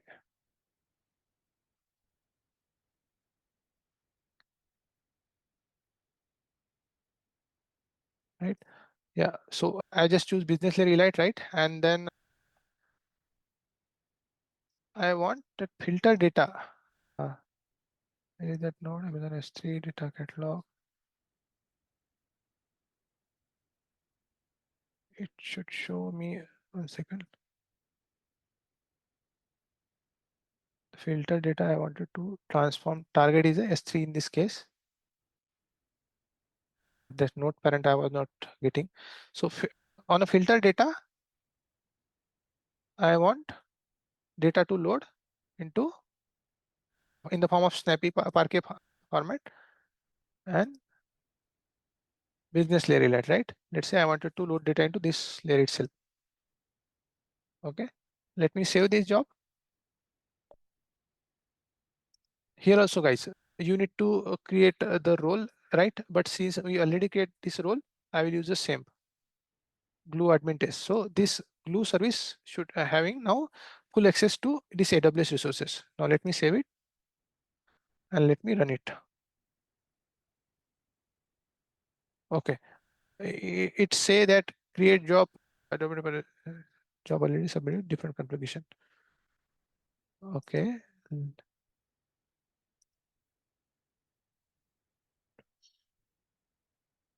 Possibly it's complaining for, okay, because the analysis we already give, so that's why it's was not coming. I get analysis v2. Okay, now guys, I created this job. Let me run this job as well. Okay, let's see. Currently we see there is no run over here. Okay, let me click on a run. Let's see what it do, it passed or not. So if it succeed, guys, what exactly we are trying to achieve over here? We have the data catalog, right? And then with the help of glue ETL, we remove duplicate, create the enrich layer that is clean data. On an enrich layer, again we apply glue ETL, and then on a glue it, then that enrich, once we apply this glue ETL, right, visual ETL, right, then we are creating another layer that we call as a business layer. Sorry.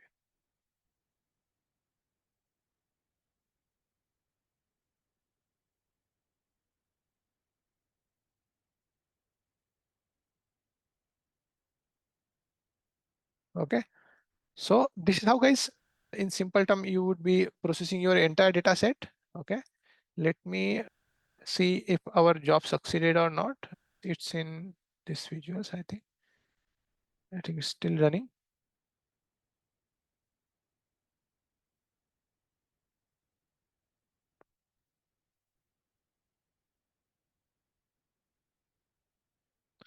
And now, guys, with the help of the setting that we did, right? When we did glue setting, successfully started, it's showing still in process.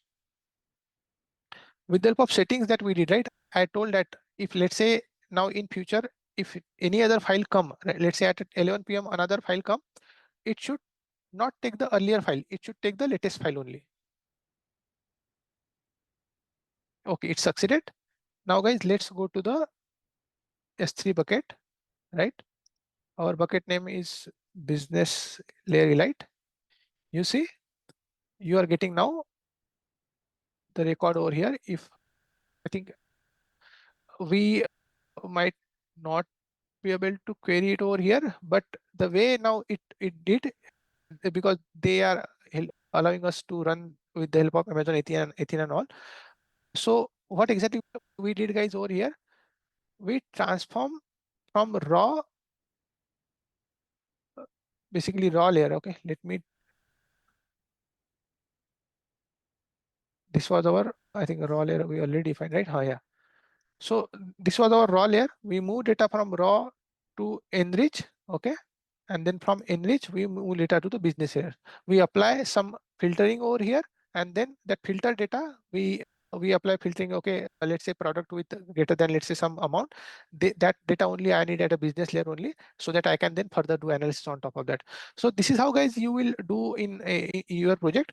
So one last thing, let me show you, because I have created that file for you guys. So let imagine, right, customer V2 data set. Okay,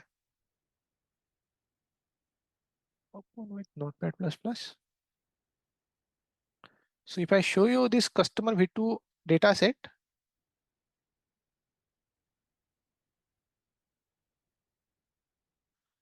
you see it have this record, only 3 record. Okay, now, guys, what I will do, I will upload this file into our S3 bucket.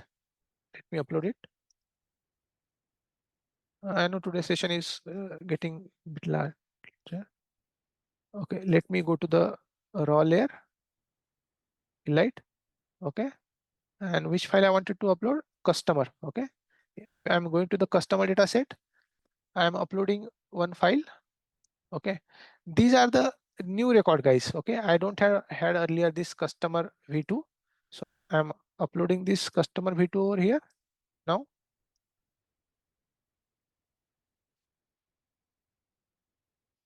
I uploaded customer v2. It has some new record 2211 213 214. Okay, let me click on upload.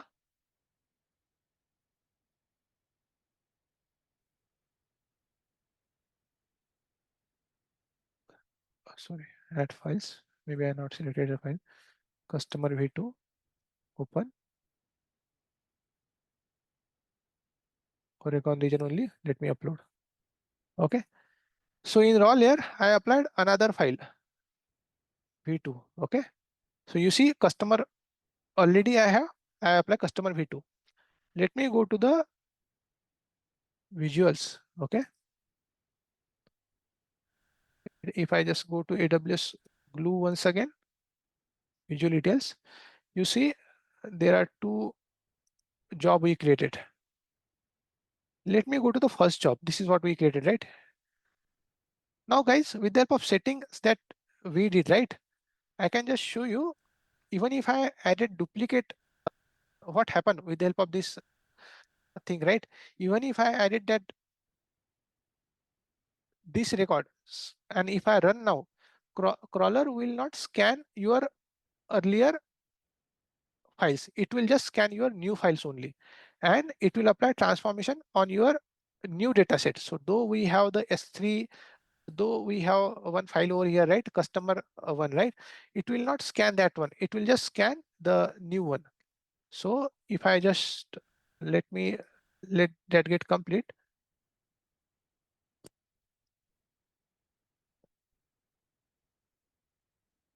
Okay.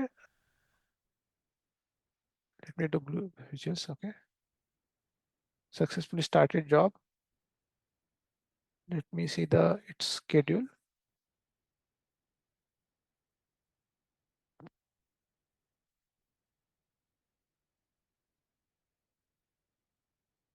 Okay, maybe it's subscription. Let me run it now. Okay, because I don't see.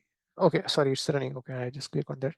So now, guys, when it would run, you will not see the earlier scan file. So the only purpose that I am showing that even if the way things are happening now in our this solution, the moment, let's say, you are getting the new file into the your source. Let's say currently I got customers at a 10 p.m. I got some 9 p.m. I got some files.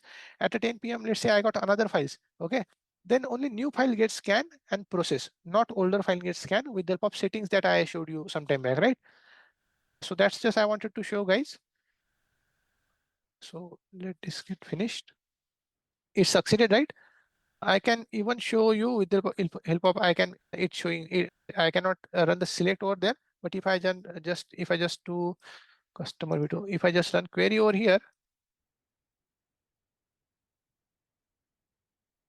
you see earlier record are in my CSV file. There, these were the files, right?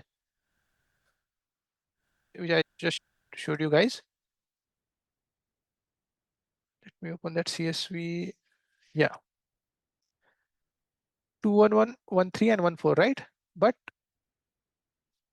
when I run this query editor, if I query this with the help of query editor, you see I got 211, 13, 14, but earlier data is as it is. It's not like we scan this data. There is, and so we still have 16 records. Only three more records come over here. So that's one thing I just wanted to review.